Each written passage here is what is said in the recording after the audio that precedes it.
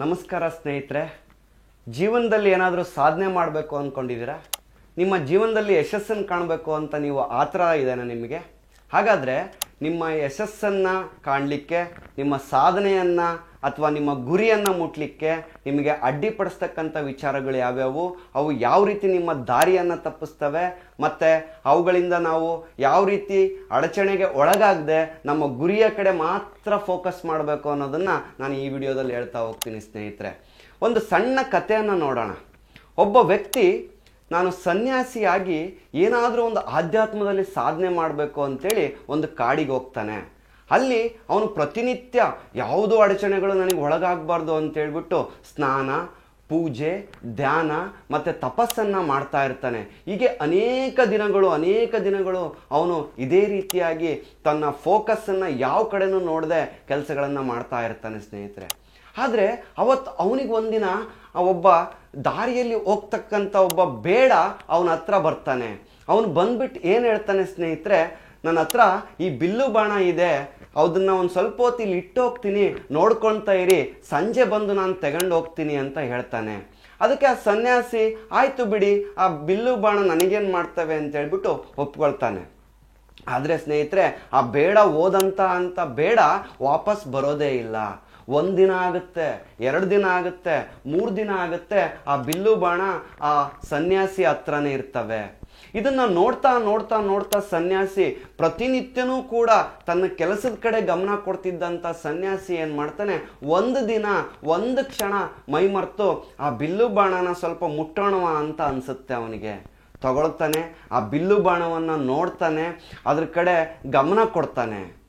1 ದಿನ ಆಯಿತು, ಇನ್ನೆರಡು ದಿನ ಆಗುತ್ತೆ, ಅದೇ ರೀತಿ ಕೆಲಸ ಮಾಡ್ತಿರ್ತಾನೆ. ನೆಕ್ಸ್ಟ್ ದಿನ ಅವನಿಗೆ ಅನಿಸುತ್ತೆ, ಈ ಬಿಲ್ಲು ಬಾಣ ಇಲ್ಲೇ ಇದೆ, ಸ್ವಲ್ಪ ಹೊತ್ತು ಯಾಕೆ ಇದನ್ನು ನಾನು ಬಿಡೋದನ್ನು ಕಲಿಬಾರ್ದು ಅಂತ ಅವನಿಗೆ ಗಮನ ಹೋಗುತ್ತೆ.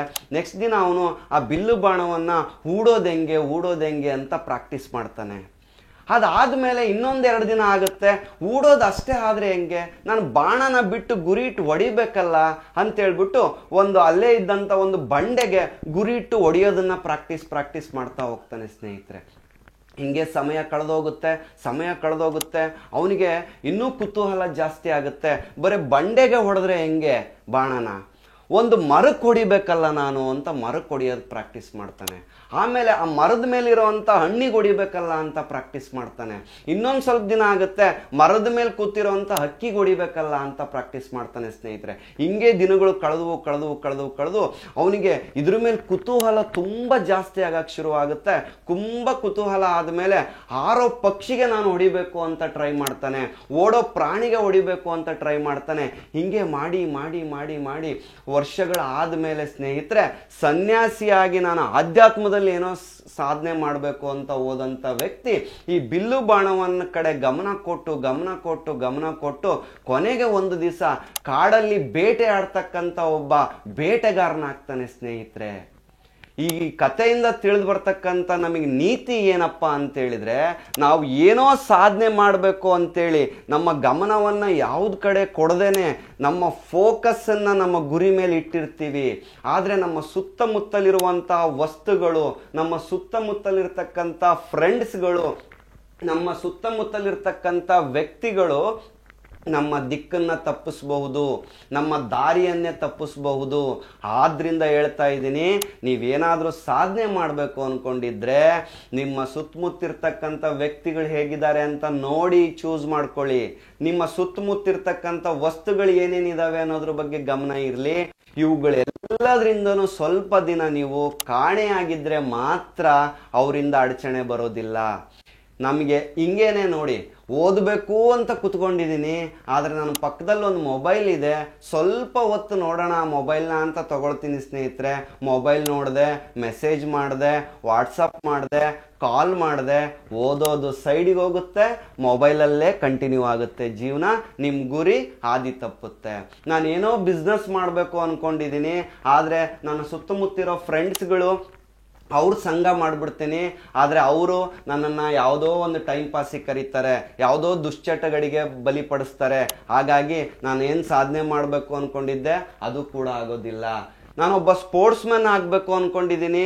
ಸ್ಪೋರ್ಟ್ಸ್ಮನ್ ಆಗಬೇಕು ಅಂದರೆ ನಿಮ್ಮ ಸುತ್ತಮುತ್ತಿರೋ ವ್ಯಕ್ತಿಗಳು ಹೇಗಿದ್ದಾರೆ, ನೀನು ಬಳಸ್ತಾ ಇರೋ ವಸ್ತುಗಳೇನೇನು ಅದ್ರ ಬಗ್ಗೆ ಗಮನ ಇರಲಿ.